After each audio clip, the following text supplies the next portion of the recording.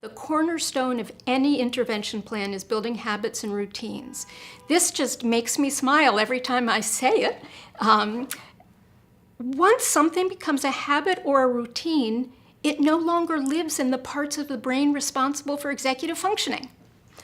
So that, to me, the first time I read that, it was like an aha moment, right? Okay, so habits and routines. The more we can build those, the better we're going to be at moving our kids along in their development.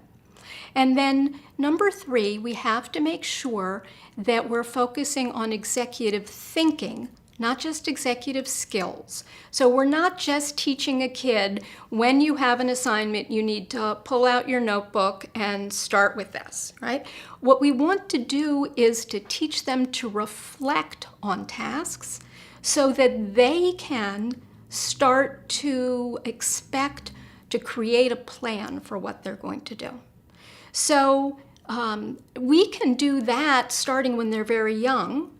When we start kids on a homework routine, we teach them whatever works for in your house. You get home, you have a snack, you go outside, you play for half an hour. At 4 o'clock is homework time. And at 4 o'clock, you come sit down at the kitchen table.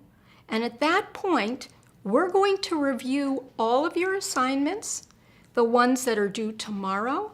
How long will it take to get them done? What are you going to start with? What do you need to do? And then if you have any assignments, things that are due later in the week or next week, we plan those out too.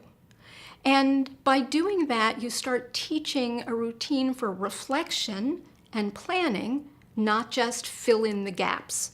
So obviously, as tasks and as life gets more complex, we have to help kids create these at a much higher level.